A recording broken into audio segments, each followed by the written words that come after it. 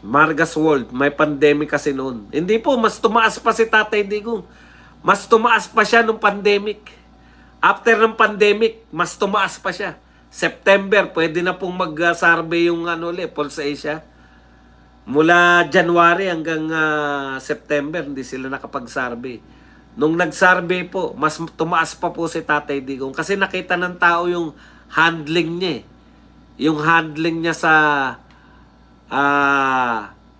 pandemic.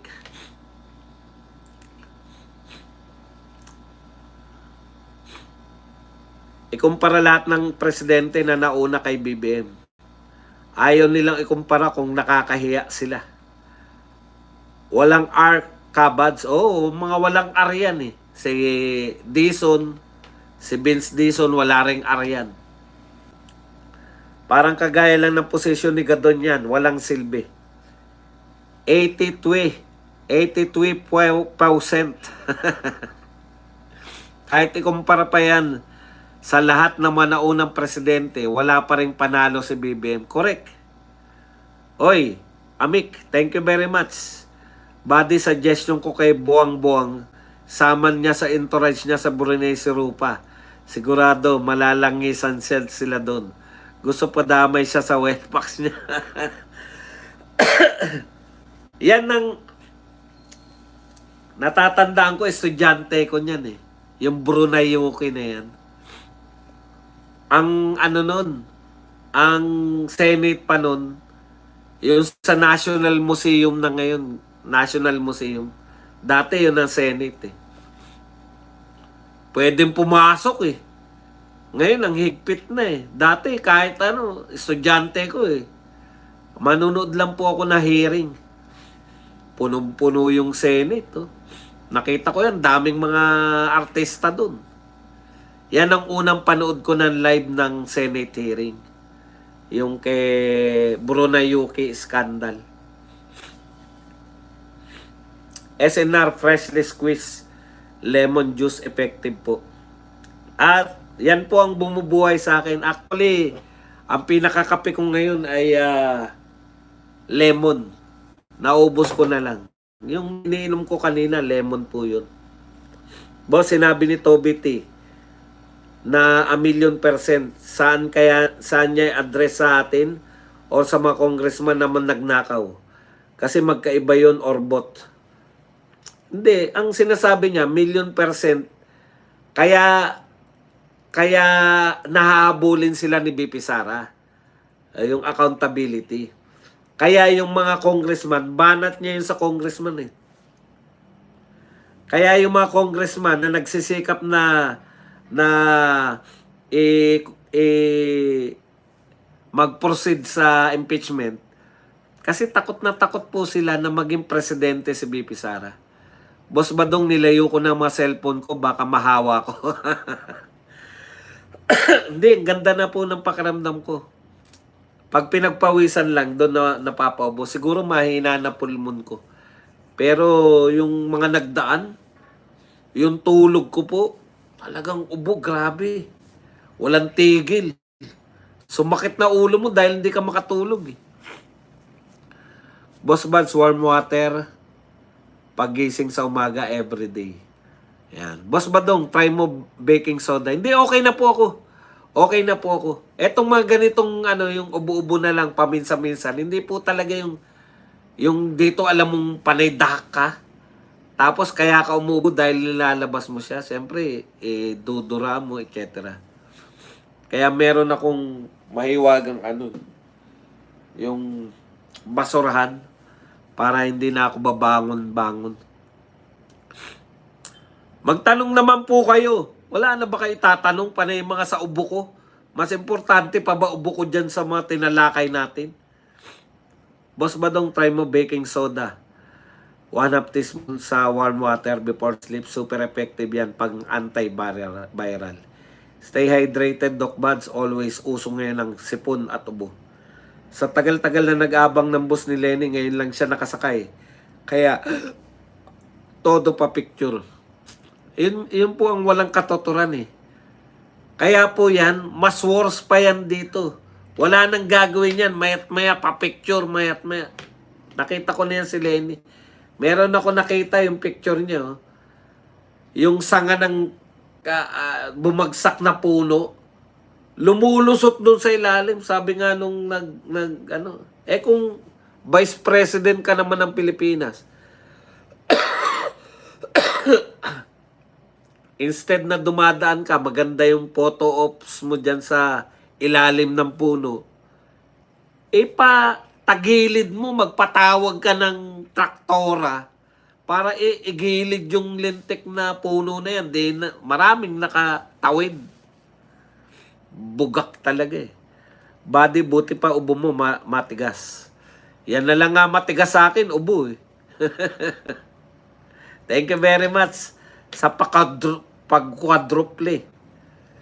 Pampalakas ng immune system, naturelo. Justin, nagkasakit ako, boss. Tatay Amik, sorry, ngayon lang ako nakabalik kasi nagkasakit ako. Pero okay na ako ngayon. Andiyan pa sa'yo yung British pound ko po. Boss Bad, sabi ni Ma'am Joey, nung 12 years old siya, into politics na siya. Ikaw, boss, ano ka nung 12 years old? Tikolero. 12 years old, tikolero.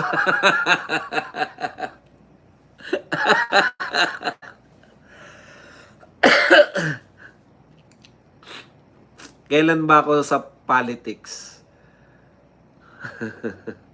Mahirap kasi kami, hindi pag sobrang hirap mo, walang katuturan sa iyo lahat eh. Nung nag-college na ako,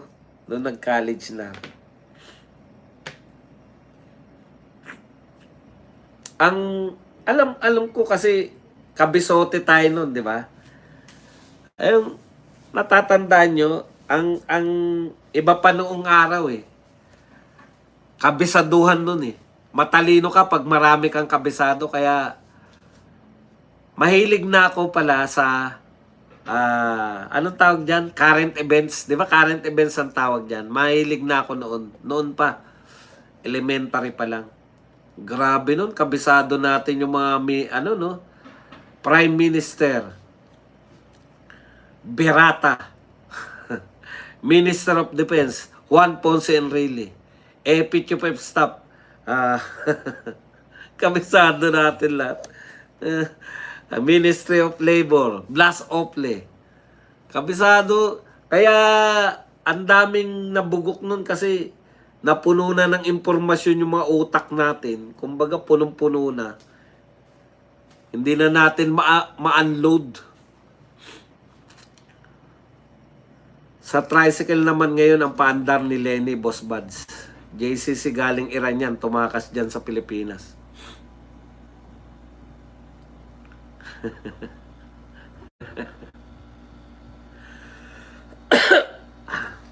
Boss Bad, si Alcantara, absuelto na rin daw. Pareho lang naman sila ng tinuro ni Bernardo. Na pong state witness parehas. Ang daming state witness, pero hindi may turo yung mga pasimuno. 1993, Brunei. Beauties, graduating ako niyan sa elementary, sa PWC of Davao. Sabi pa nga ni Vic Soto kay Nova Villa sa Ano Ba Yan Part 2, Ma'am, nakapag-Brunei na ba kayo?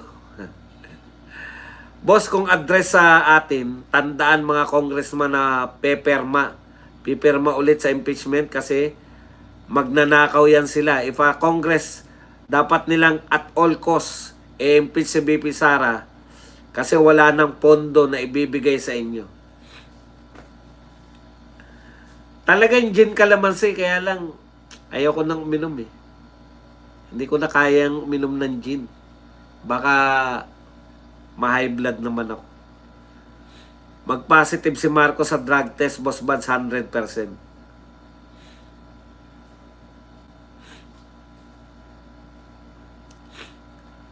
Protektahan ang ngipin, Boss Buds. Baka makita kayo ni BP Sara bungi ka. Like what happened nung nagkita kayo ni BP Marcoleta. Kita yung bungi mo noon. Na ano ko? Anong tawag doon? Star Trek na out of control ako eh. Pasigaw yung mga ano ko eh. Yung pakikipag-usap ko sa kanya, ha? Senator Marcoleta, pakain ka na. Parang tangang po siya. Hindi sanay. Boss Buds for life transfer factor plus try mo. Sir Buds, dapat sana gastusin na nila mga nasa maleta para mag-circulate naman yung pera sa merkado. Alam mo, Rodel, iba yung utak ng mga magnanakaw. Hindi po sila galante. Magnanakaw nga sila, pamimigay lang pa nila. Sila Pepsi Paloma Sarce Manuel. Tik-tik Doc Buds, OG Magazine yan. Naabutan ko yan. Boss, na-overwhelm ka lang noon po kasi kilala ka pala ni Bibi. Kasi, tama. Kasi, ang bala ko noon, wala na akong magawa eh. Pagod na ako eh. Nakakapagod kasi sa labas eh pag nagko-cover. Maghihintay, ayaw ko makitumpok. Nagtutumpukan sila dun kay Marcolete. Inaabangan ko saan dadaan to. Naroon ako nakapwesto. Ang bala ko dun, eto na, magkikita na kami ni Marcoleta. Ayan. Tapos, lalagpasan ako. Ay, hindi ako nakilala. Parang ganun. Ganun dapat yung purpose ko nun eh. Yung kaya ako naghihintay sa kanya. Pagdaan, no, eto na. First time namin magkikita ni Marcoleta. Nilalakasan ko kasi maraming vlogger na naroon eh, para matawalan sila. Papatawanin ko lang yung mga vlogger na dadaan lang si Marcoleta. Tapos, ay, hindi na ako nakilala. Yun, tapos na. Pucha, Badong Aratilis. Uy, Senator Marcoleta, pinanunood kita. Natuwa ako, you know? Masaya lang. Kaya kayo, swerte nyo rin, biruin nyo. Ganyan ang mga kalidad. Kakwality nyo si Marcoleta. Kaya, yun lagi minsan pag nadadown ako, pag walang ganong nanonood sa akin. Yun ang nagpapaano sa akin eh. Kinakalma ko yung isip ko, sinasabi ko na, pinanunod ka nga ni Marcoleta eh. Oo nga, no? Diba? Ganun lang yun eh. Ako, alam niyo yung buhay namin mga vlogger, napaka-pressurado. Kasi hindi po consistent eh, di ba? Minsan may mga mataas kang views, minsan wala. Kaya maraming mga vlogger, lalo na mga bata, di ba ang dami na namatay na vlogger na bata? Pressure, constant pressure talaga. Ang dami pressurado talaga yung pagiging vlogger. Ako wala na eh, sabi ko, okay na yan. Marami na ako naranasan sa pagbablog ko na hindi ko mararanasan kundi ako nag-vlog. Okay na ako, ano man ang mangyari. Parang, yung edad ko naman, pwede na talaga mag-retiro eh.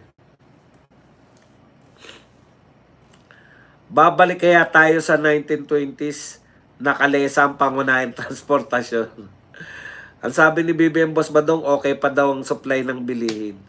Ngayon, ilang panahon lang ba itatagal yan? Parehas tayo, Doc Buds. Nung elementary ko sa PWC of Davao, current events at saka civic at kultura ang favorite subject ko. Yan. May current events kami nung araw, yung literal na current events. Yung bibili ka.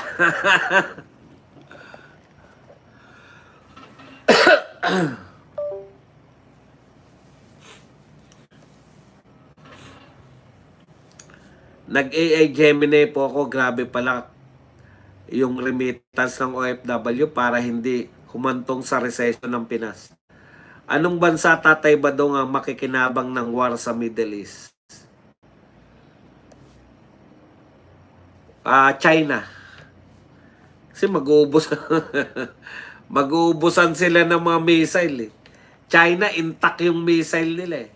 Russia, nakikinabang na ngayon Russia. Dati may embargo. Napipilitan yung Russia na magbenta ng mura, di ba? Ng kanyang mga langis. Tapos, panakaw pa. Ayaw bumili ng ano, nakabantay si Donald Trump eh. O yan ang mga nakinabang.